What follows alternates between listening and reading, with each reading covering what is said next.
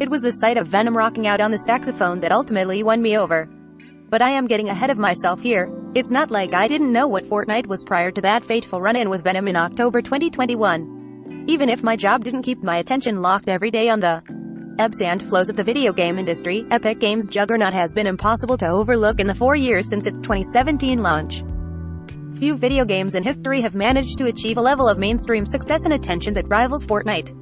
The Battle Royale mode, which sees 100 players fighting with found weapons to survive in an always shrinking war zone, and which is chiefly responsible for Fortnite's wild success, isn't even Epic's original creation. It was a late addition to what was originally pitched as a cooperative survival game. Epic almost certainly delivered the mode to Fortnite in 2017 because of another Battle Royale's unexpected success at the time, PlayerUnknown's Battlegrounds, aka PUBG. I never had an issue with the choice to add a popular thing to Fortnite.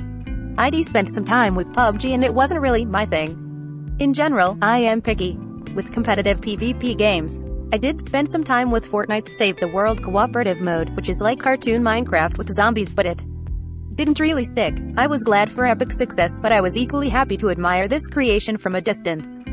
Over time, however, Fortnite became increasingly difficult to ignore. The Battle Royale evolved rapidly in its first year, introducing in-game events that, early on, delivered a season-ending spectacle for players to simply absorb as a setup for changed play dynamics in the next season.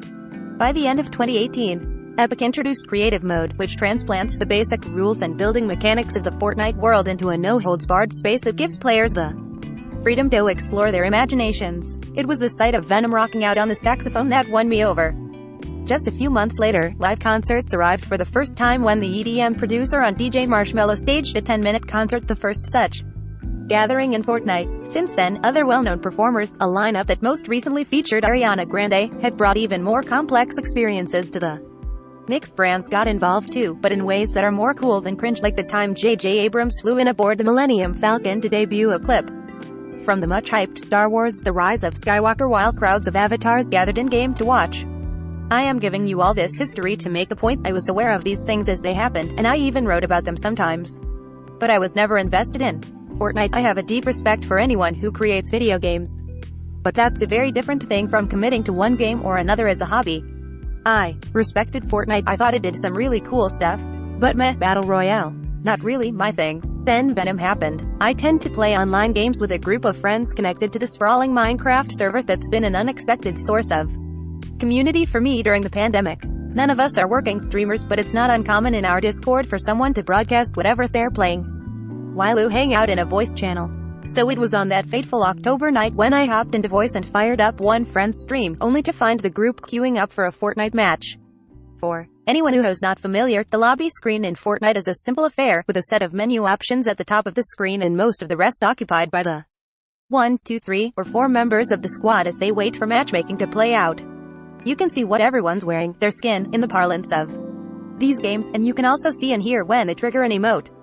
I had known for some time that brands existed within the Fortnite experience, but I never realized just how big a piece of the game they are. Every day, the Fortnite item shop updates with new cosmetic customization options like skins.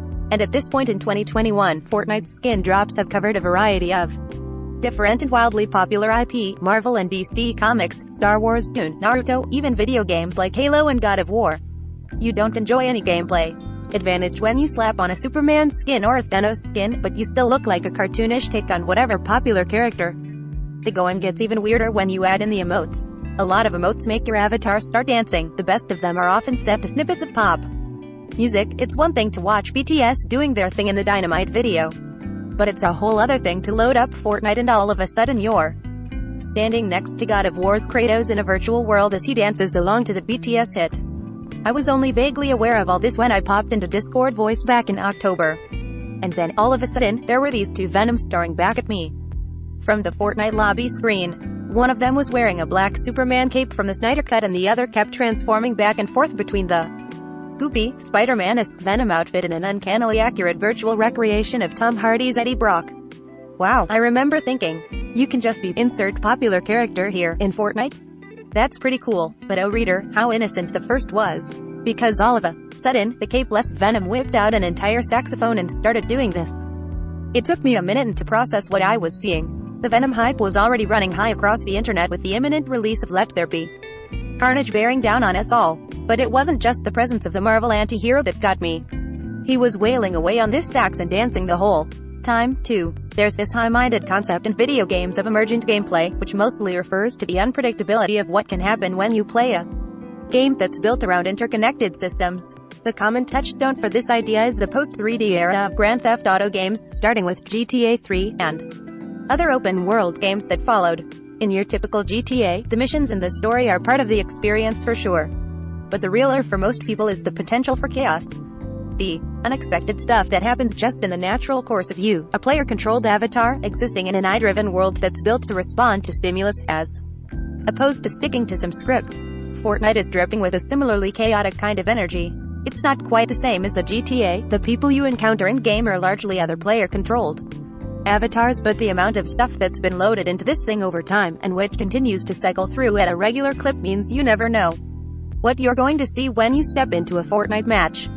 Wow, I remember thinking, you can just be insert popular character here in Fortnite? Battle Royale games are inherently emergent experiences because of the shrinking map's randomness. You never know where the next safe zone will be, and that unpredictability means players have to think on their feet about the best tactical approach in any given moment. The character and feel of every match changes because the battlefield is never the same. Fortnite further ratchets up those thrills with its unique and frequently shifting rules. The crafting features from Save the World are always active in Battle Royale, meaning players can throw up walls, stairs, and floors in an instant to reach inaccessible locations or shield themselves from incoming fire. Seasonal events like 2018's Infinity Gauntlet, which let players find the eponymous Golden Glove and become a fully powered Thanos, or the current season's BRUTE mechs inject even more unpredictability into the proceedings. For me, though, Fortnite's most powerful chaos agent isn't something that would traditionally fuel emergent elements in other games. I am talking about its reverence for non-Fortnite brands.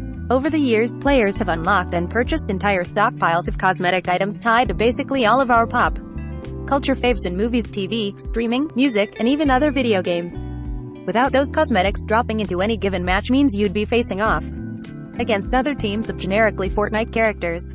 Epic has made cool skins of its own, like the current season's cartoon tuna fish. But it's so much more personally meaningful and weird to suddenly find yourself going head-to-head against a team that includes Harley Quinn, Lara Croft, a Stranger Things Demogorgon, and Rick Sanchez. Fortnite is the kind of chaos space where you might suddenly see LeBron James carrying a downed Thanos to safety during a firefight. This is marketing as a gameplay system. Epic sells most of the branded cosmetics in the item shop, after all. Fortnite would still be an original spin on the Battle Royale genre without all the tie-ins, but it would lack the particular flavor of unhinged chaos that can only come from seeing Kratos and Master Chief, the prized sons of video game industry competitors Sony and Microsoft, fighting on the same squad. It's a possibility space that is utterly unique to Fortnite, and it's downright intoxicating when the chaos hits. Fortnite tends to be plugged into what's happening in the moment. Dune cosmetics showed up in the game ahead of the movie's October 2021 release. The same week I saw Venom playing his saxophone, I reinstalled Fortnite and hopped in for a night of Battle Royale with the boys. That night led to a next night, and then a next one. It's now a regular staple of my weekly gaming diet. I fell hard for Fortnite very quickly and now unabashedly love its weird, forever transforming world and the unexpected gameplay scenarios that unfold. There, it doesn't feel like I am coming to any of this late. A great game is simply great, regardless of when you find it. It helps that Fortnite is still very much a vital, living experience that likely won't disappear anytime soon. But it's distinctly different from what I've encountered with other so-called live games. Destiny, to cite a game I've loved enough to spend more than 2,000 hours playing, bases much of its ongoing appeal on FOMO. The loot you pick up has actual gameplay value, with the guns and armor offering tangible benefits that are locked to some piece of kit or another. Often, that loot is tied to a season or limited time event, or even an especially challenging activity where, if you don't play for those weeks or months when those things are offered, you lose the chance to get the stuff. That kind of approach isn't inherently bad or wrong, but it's fueled what I've come to realize is an unhealthy relationship with the game, for me, at least. I don't play Destiny nearly as much as I used to, and it's because I got tired of feeling resentful about missed opportunities, or even just the potential for missed opportunities. I still love Destiny very much and will play it when a group of friends gathers, but I drifted away because of how investing in it made me feel. That hasn't been an issue in Fortnite because none of the stuff you get really matters in terms of winning and losing. It's all cosmetic, and because of the way the in-game store works, many of the coolest cosmetics are only ever a daily store refresh away from coming up again. In the past week since I started writing all of this down, I had opportunities to buy a Xenomorph skin and a BTS emote pack. Obviously, I got them both and made magic out of that combination. So I am in. Completely in. I am fully a Fortnite guy now. I love the chaos. I also love not having to care about missing one cool thing or another. It'll be documented on social media for me to watch at some point, and missing out won't make me any less capable when I am playing the game. But mostly I love Venom dancing and wailing away on the sax, and everything that utterly weird visual represents.